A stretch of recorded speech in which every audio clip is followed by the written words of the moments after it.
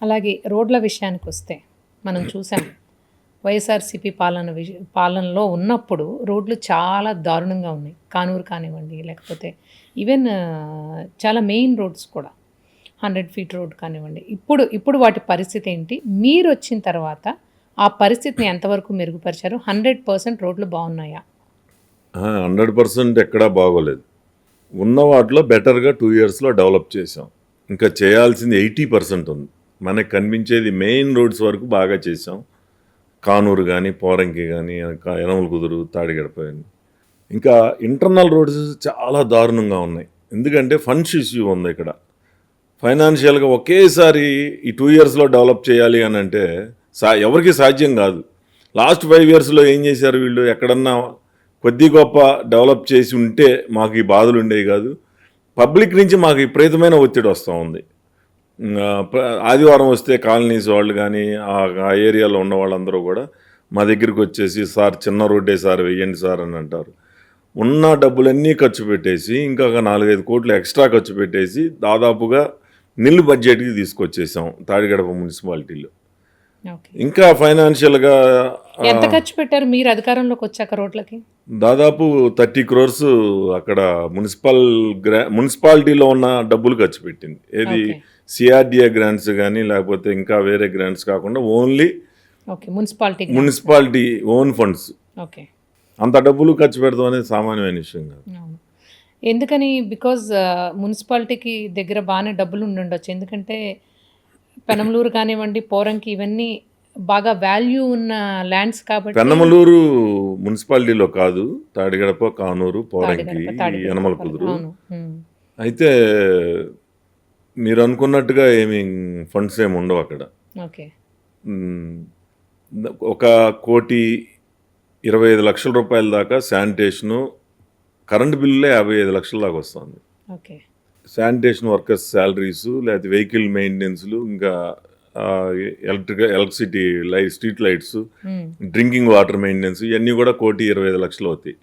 సుమారుగా మున్సిపాలిటీకి వచ్చేది నియర్లీ 40 crores, అంటే దాదాపు 27-28 కోట్లు, దాదాపు 30 కోట్ల దాకా దీనికి వెళ్ళిపోతాయి మెయింటెనెన్స్కి. ఆ 10 కోట్ల రూపాయలతోటి ఏది చేసినా చేయాలి. ఇప్పుడు లాస్ట్ టైం ఏమైందంటే మున్సిపాలిటీగా మారిన తర్వాత వాటర్ ట్యాక్స్ అసెస్మెంటే చేయలే, అసలు జనరేట్ చేయలే. మీ ఇల్లు ఉందంటే, మీ ఇంటికి వాటర్ కనెక్షన్ ఉందంటే ట్యాక్స్ వసూలు చేయలేదు. మేము అది అసెస్మెంట్ జనరేట్ చేసి వాటర్ ట్యాక్స్ చేస్తే 5 years ఒకేసారి వచ్చేస్తుంది. వచ్చేసి ఏంటండి ఒకసారి ఎంత ఇచ్చారని అంటున్నారు. అంటే వాళ్ళు చేసిన తప్పులు మా మీద పడుతూ ఉంటాయి. అప్పుడు ఒక ఫ్లెక్సిబిలిటీ ఏమి ఇచ్చామంటే, మీ దగ్గర ఉన్నప్పుడు 2 సంవత్సరాలు కట్టండి అని చెప్పి ఇచ్చాం. అయితే దాంట్లో ఉన్న అప్పు మాత్రం కన్జ్యూమర్కి కనిపిస్తూనే ఉంటుంది. అయితే ఇంకా పెనమలూరుకి ఫ్యూచర్లో ఏం తీసుకురావాలని మీ ఆలోచన? ఎలా డెవలప్ చేయాలని మీ ఆలోచన? ఇంకా పెనమలూరుకి వేరే తీసుకురావడానికి గవర్నమెంట్ ల్యాండ్స్ ఏమీ లేవు.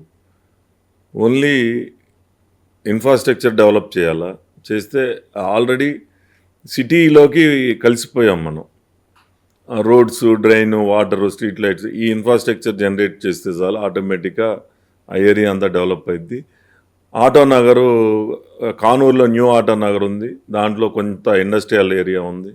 ఇంకా డెవలప్ చేయడానికి కూడా అవకాశం ఏం కనిపించట్లేదు అక్కడ.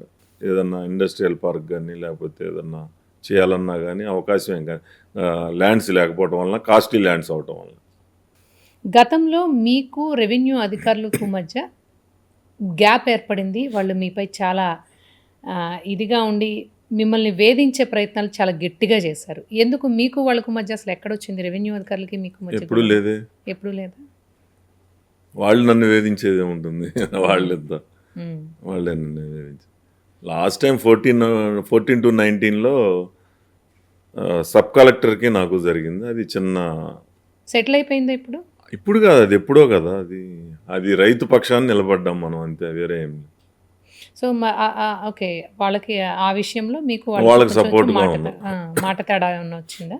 తేడా ఏం లేదు. వాళ్ళు ఓకే. ఏంటంటే రైతు ఏదో చిన్న గట్టు తవ్వాడని చెప్పి 2 లక్షలు పెనాల్టీ కట్టండి అంటే, రైతు 2 లక్షల 2 పెనాల్టీ లక్షల. కట్టడం ఏంటి అని చెప్పి నేను గట్టిగా అడ్డుకోవటం జరిగింది. మీకు లోకేష్ గారితో ఎటువంటి అనుబంధం ఉంది? చాలా మంచి అనుబంధం ఉంది. వచ్చే 20, 30 సంవత్సరాల పాటు టీడీపీని ముందుకు తీసుకెళ్లడంలో లోకేష్ గారి పాత్ర ఏ విధంగా ఉండబోతోందని మీరు అనుకుంటున్నారు? ఆయన ఏ విధంగా హ్యాండిల్ చేస్తారని మీరు అనుకుంటున్నారు? అంటే రాబోయే 20, 30 సంవత్సరాలు పక్కన పెట్టండి. 19లోనే మనం 19-24 చూసాం. ఆయన పాదయాత్ర ద్వారా కానీ లేకపోతే 14-19లో కార్యకర్తల సంక్షేమం గురించి ఆయన చేసిన నిధి అనే దాని గురించి కానీ మనం చాలా బాగా చేసాం. పాదయాత్రలో కష్టపడి ఆయన పట్టుదలతో ఈయన ఎక్కడ చేస్తాడు అనుకున్న వాళ్ళందరి నోరు మూయించి మరి దాదాపుగా 2800 కిలోమీటర్లో ఏమో పాదయాత్ర చేశారు. అవును. దాంట్లోనే ఆయన ప్రూవ్ చేసుకున్నారు. ఇప్పుడు మరి ఆయన పాత్ర చాలా ఉంది. ఈరోజు గవర్నమెంట్ సక్సెస్ అవడానికి కారణం ఆయన పాత్ర చాలా ఉంది. ఈరోజు ఇన్వెస్ట్మెంట్స్ వస్తున్నాయి అని అంటే మరి 100% చంద్రబాబు నాయుడు గారికి పెద్ద సపోర్టు ఆయన దొరికినట్టు.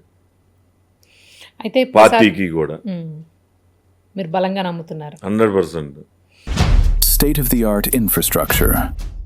Smart Green Campus. Globally certified labs. KL deemed to be university.